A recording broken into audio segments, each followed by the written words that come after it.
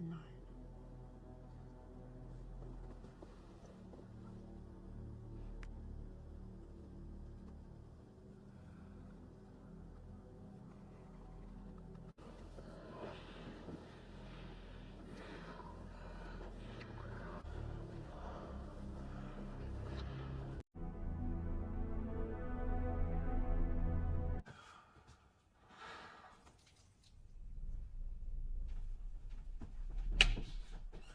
Oh my, I'm sorry. Are you okay?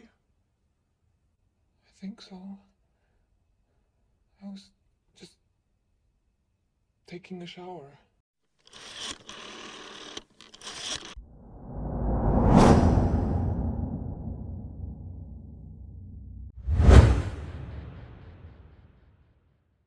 Guys welcome back to the channel. आज हम discuss करने वाले हैं डेविड लिंच की मलहोलैंड ड्राइव्स। अब ये मेरी पहली फिल्म है डेविड लिंच की, जो मैंने देखी मेरे फ्रेंड के सजेस्ट करने पे।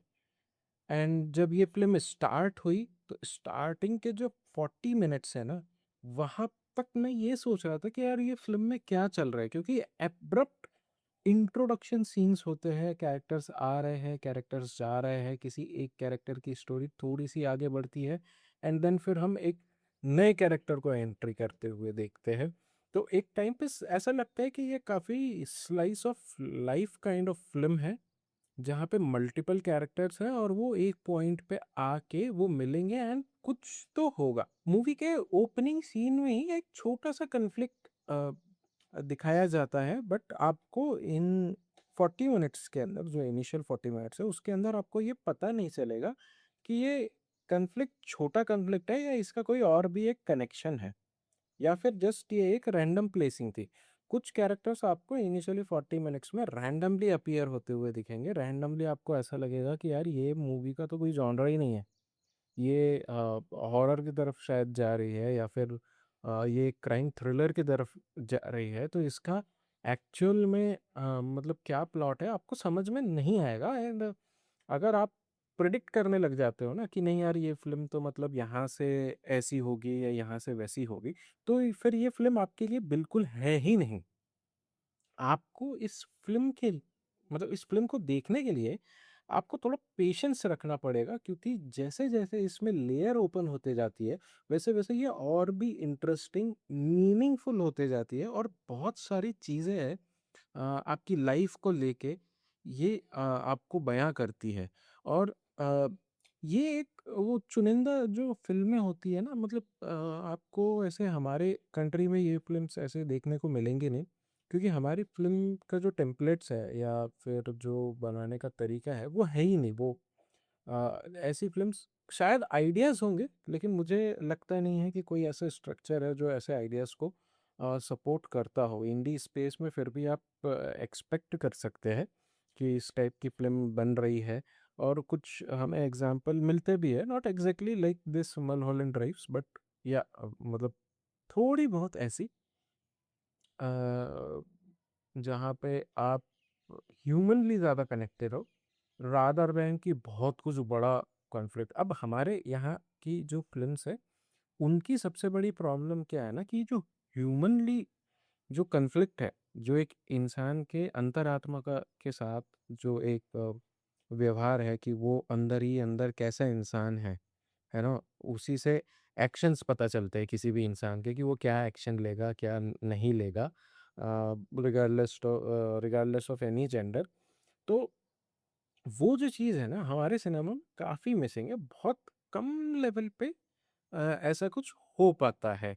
बट मल्हौलैंड ड्राइव्स यहीं पे स्टैंड आउट करती है, और ये एक काइंड ऑफ आपको एक तरीके से प्री क्लाइमेक्स पहले ही दिखा देती है, बाद में फिर आपको क्लाइमेक्स पे ले जाती है, और जब आप क्लाइमेक्स पे जाएँगे तो आपको लगेगा कि नहीं, ये तो क्लाइमेक्स नहीं है। So it's like, yes it's mind boggling कि मतलब कोई डायरेक्टर ऐसे कैसे स्ट्रक्चर कर सकता है। जो इनिशियल 40 मिनट्स की मैं बात कर रहा हूँ ना यहाँ पे, कि आपको कुछ समझ में नहीं आएगा, तो वहाँ पे ना ऐसा नहीं है कि वो जस्ट एब्रप्टली उन्होंने रख दिया या उन्होंने वर्ल्ड बिल्डिंग के लिए या किसी और चीज़ के लिए मतलब टाइम लिया है, नहीं। सबका एक प्रॉपर मीनिंग है, बट ये है कि इनिशियली आपको वो समझ में नहीं आएगा कि एग्जैक्टली क्या चल रहा है।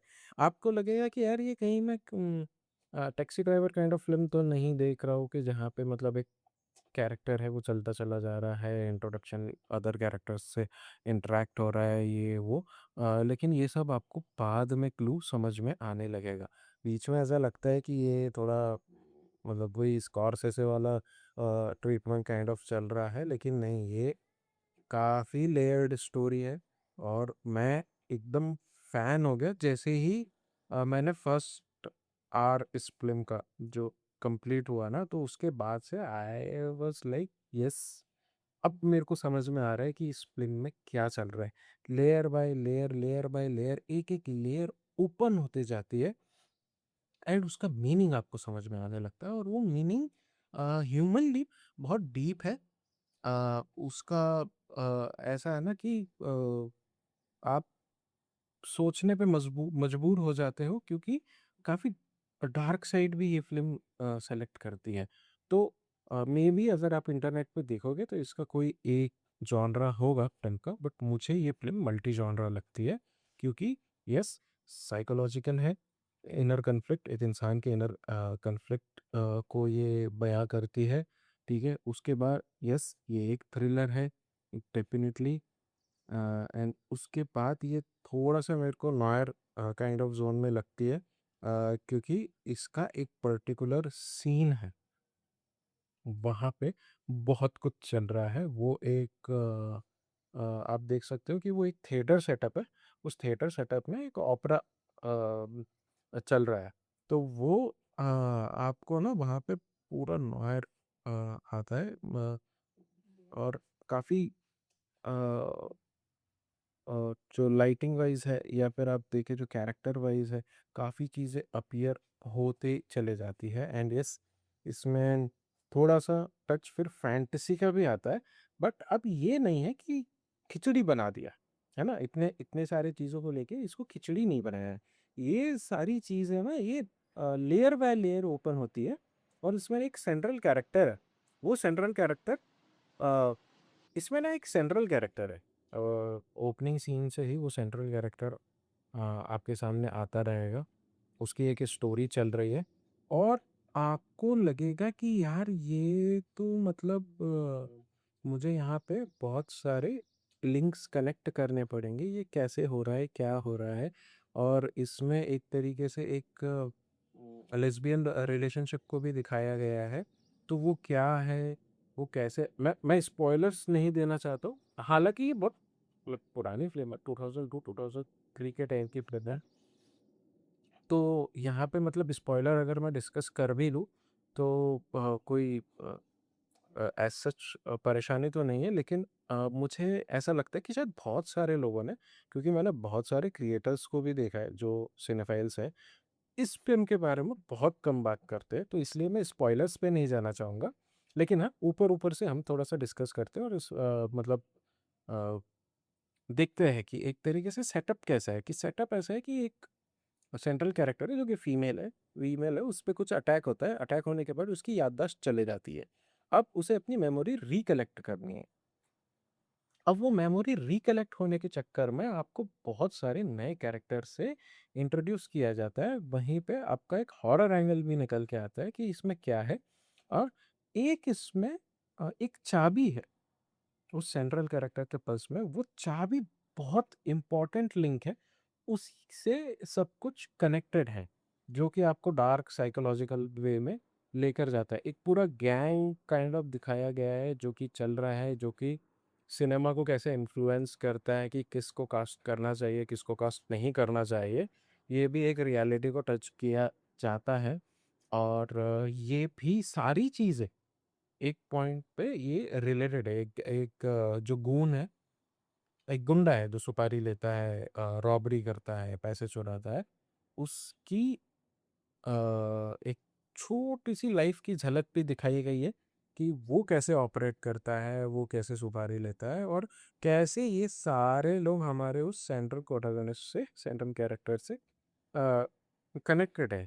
ये फिल्म जो है ना, ये बहुत ही एक अच्छा कनेक्शन मेंटेन करती है कि what is dream, what is reality and how they are parallelly running, तब तक आपको कुछ उसके बारे में पता ही नहीं चलता है। एंड इस फिल्म को देखने के बाद ना मैं मतलब चाहता हूँ कि मैं और डेविड लिंच की फिल्म्स एक्सप्लोर करूँ और देखूँ और एनालाइज करूँ उन्हें और सीखूँ उनसे, ताकि मैं अपनी आने वाली फिल्म्स में भी वो सारी चीज़ें इंक्लूड कर सकूँ। और क्योंकि साइकोलॉजिकली जिस हिसाब से उन्होंने सेटअप किया है, जिस हिसाब से उन्होंने खेला है, मुझे बहुत पसंद आया है। और मैं रिकमेंड करता हूँ कि आप लोग भी प्लीज़ जाके ये फिल्म देखिए। बेशक आप डिसअपॉइंट नहीं होंगे, it's a very very good film. और अगर इसे देखा जाए तो मैं तो इसे मास्टरपीस भी कहूँगा। तो इसी के साथ ये था आज का हमारा डिस्कशन मल्होलैंड ड्राइव्स पे। बने रहिए हमारे चैनल के साथ। Thank you very much. I just want to have one more vodka after this, and